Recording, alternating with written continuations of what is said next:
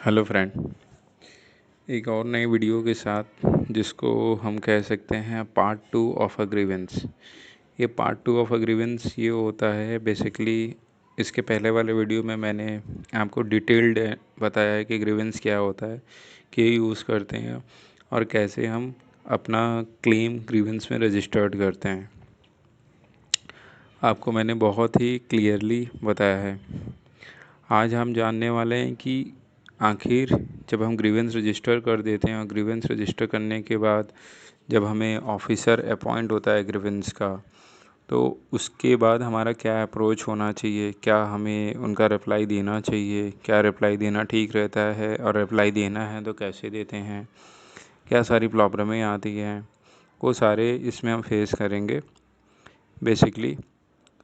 तो बिना टाइम को कंज्यूम किए मैं आपको डिलीवर करता हूँ important information regarding the grievance online, how to raise grievance in a new EPF grievance portal part 2।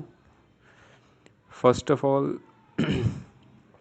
जो मैंने आपको फिर से रिपीट कर दे रहा हूँ, शायद आपको मदद मिले। फर्स्ट पार्ट में मैंने ये बताया था ग्रीवेंस क्यों ज़रूरी है। ग्रीवेंस बेसिकली हर छोटी छोटी बात पे ग्रीवेंस नहीं होता है। अगर आपको गिवन पीरियड ऑफ टाइम में आपको एग्जैक्ट रिजल्ट नहीं मिल रहा है या एग्जैक्ट आपको रिस्पांस नहीं मिल रहा है या जैसा आप चाहते हो वैसा आपको रिस्पांस नहीं मिलता है, बहुत ज़्यादा टाइम लग रहा है एक ऑर्डिनरी टाइम से, तब आप ग्रीवेंस कर सकते हो रजिस्टर। ऐसे नहीं कि अभी क्लेम को 2 दिन हुआ है, क्लेम को 10 दिन हुआ, आप ग्रीवेंस के लिए कर दो। नहीं, एटलीस्ट आप रुको। ये आपको बहुत ज़्यादा टाइम लग रहा है, आपको कहीं से हेल्प नहीं मिल रही, ना कंपनी से, ना ऑफिस से, ना कहीं कहीं से, तो ही आप ग्रीवेंस रजिस्टर करो। ऐसे हर बात पे आप छोटी छोटी बात पे ग्रीवेंस रजिस्टर नहीं कर सकते हो। पहली बात तो ये है।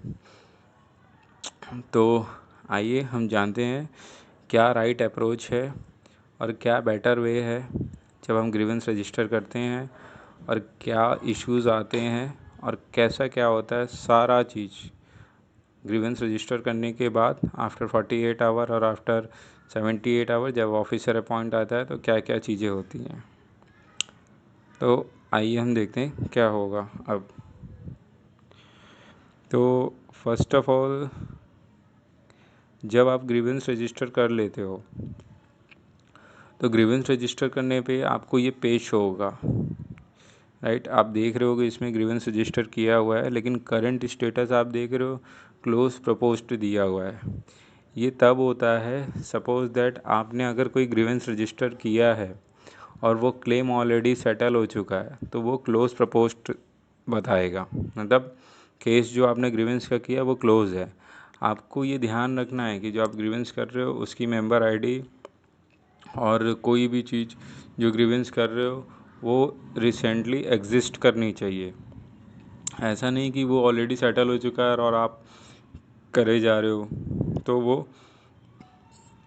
क्लोज प्रपोज स्टेट में आएगा, मतलब वो केस क्लोज ऑलरेडी कर देंगे, उस पर कोई एक्शन नहीं होता है। फिर ये मेरा एक था जो मैं आपको बताना चाह रहा था। और अभी जब आप रजिस्टर कर लेते हो ग्रीवेंस को, ग्रीवेंस रजिस्टर होने के बाद आपको जब पूरा कंप्लीट कर लोगे आपको साफ साफ दिखेगा case escalated to higher officer. After 48 hour या 72 आवर, 3 दिन के बाद आपको स्टेटस चेंज होता हुआ दिखेगा, case escalated to higher officer. मतलब ये केस हायर ऑफिसर को जा चुका है और आपको फास्ट ट्रैकिंग मोड में आपका जो भी प्रॉब्लम है वो सॉल्व आउट होने के लिए जा चुका है। फिर उसके बाद जब रिस्पॉन्स आता है उनका तो आपको एक मोबाइल पे छोटा सा मैसेज आएगा EPFO ग्रीवेंस की तरफ से। आप उस पर क्लिक करोगे तो डायरेक्ट आप पोर्टल के पेज पे जाओगे जहाँ पे आपको सेंड कमेंट दिखेगा, ठीक है। ये जो सेंड कमेंट होता है इस पर आप कमेंट देना पड़ता है within 72 hour, approximately 3 days का वो टाइम देते हैं और 3 डेज़ में आपको रिस्पॉन्स देना होता है। तो जब आप आगे बढ़ोगे और रिस्पॉन्स दोगे सेंड कमेंट में तो आपसे पूछेगा are you satisfy with the proposal closure, तो आप क्या इन्फॉर्मेशन से सेटिस्फाई हो।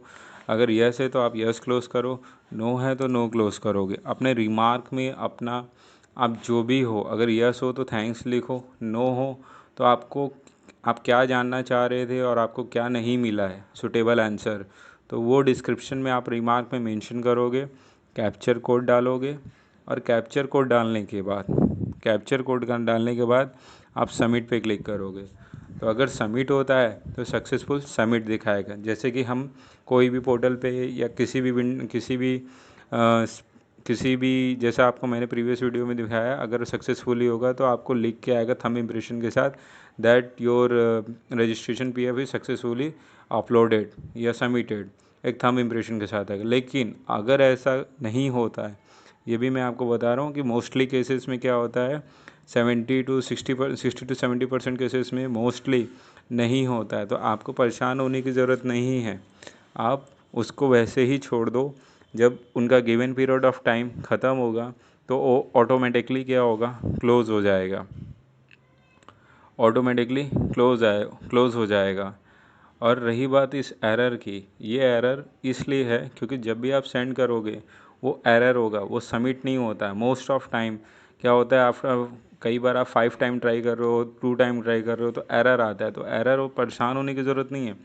जब आपका गिवन पीरियड ऑफ टाइम जो दिया रहता है वो अगर कंप्लीट हो जाता है तो वो ऑटोमेटिकली क्लोज मोड में चला जाता है। और जब क्लोज मोड में चला जाएगा तो आप 2 दिन बाद या 3 दिन बाद अपना नेक्स्ट ग्रीवेंस आप रजिस्टर कर सकते हो। ठीक है, जैसा आप आंसर चाहते थे वैसा आपको नहीं मिला, जैसा मैंने आपको पार्ट 1 में बताया सेम वैसे ही सारे प्रोसेस करने हैं। ठीक है, ये पार्ट 2 था कि ग्रीवेंस रजिस्टर करने के बाद कैसा फंक्शन होता है, कैसा एक्शन होता है, क्या करना चाहिए, वो सब इसमें था। सो आई होप आपको ये इन्फॉर्मेशन यूज़फुल लगी हो। और आपको कोई भी इन्फॉर्मेशन ग्रीवेंस के रिगार्डिंग चाहिए या ग्रीवेंस के रिलेटेड चाहिए तो please comment me, subscribe me and like it. Thanks a lot, be positive, be safe and be happy.